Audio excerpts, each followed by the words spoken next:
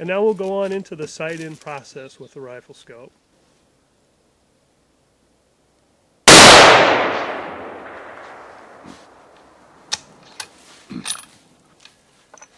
And now we'll fire 2 more to be sure we're exactly where the rifle's hitting, that we know we have a good group.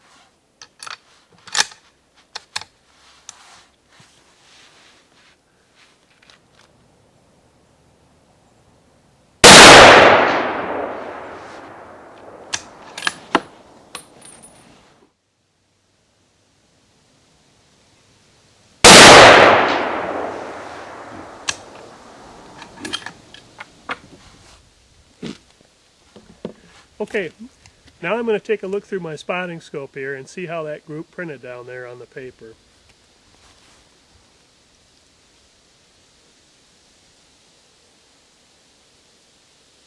Okay, it looks like we're about 3 inches high and about 1 inch to the left.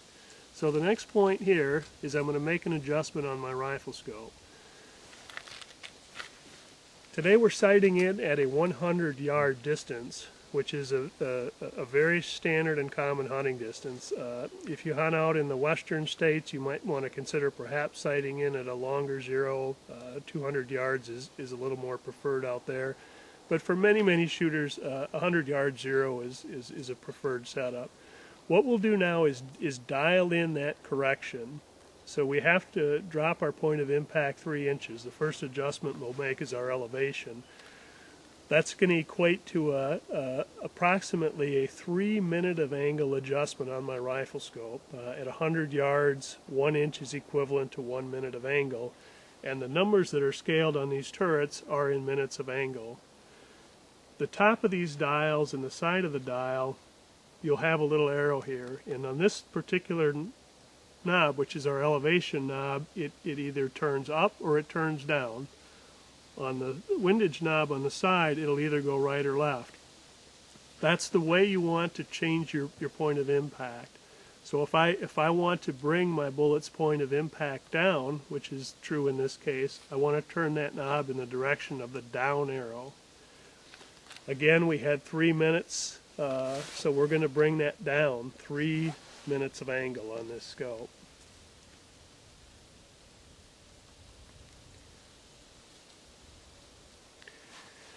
On our windage, the side-to-side adjustment, we were off by 1 minute of angle. And we were just a little bit to the left. So what we're going to do is bring it 1 minute of angle to the right.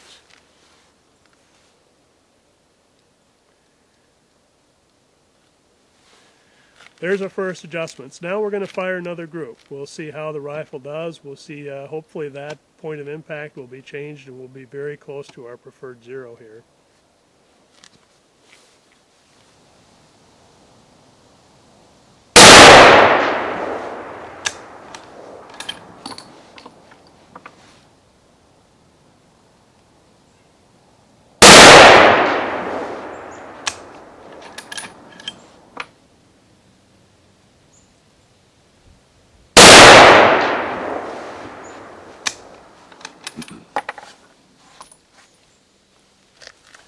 Okay, we'll take another look through the scope and see how we did.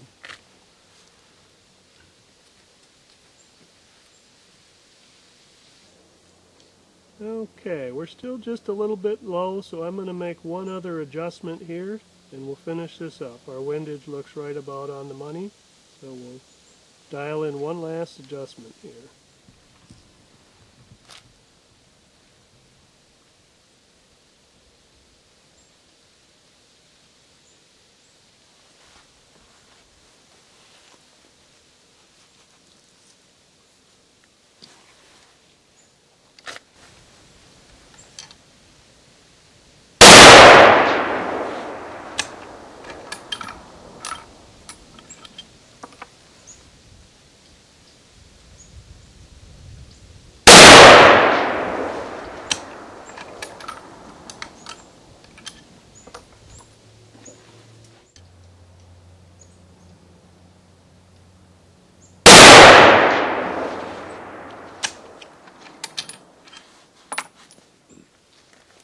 Alright, we'll take another peek.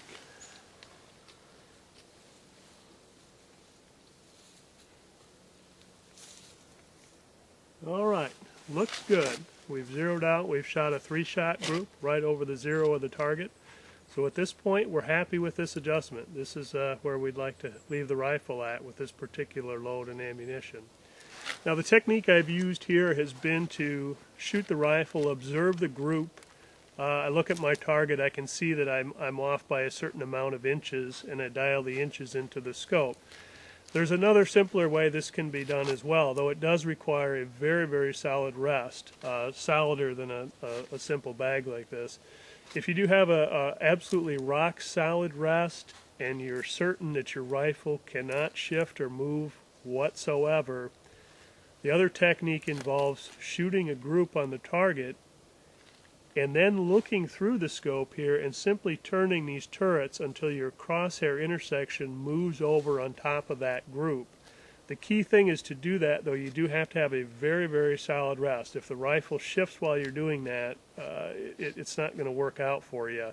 But if you're solid, you can use that technique. You can shoot a group, you can look through the scope, take these caps off, and turn these turrets and move that crosshair intersection right over your group, and that's going to accomplish the same thing that we've done here today. It's simply a different way of going about it.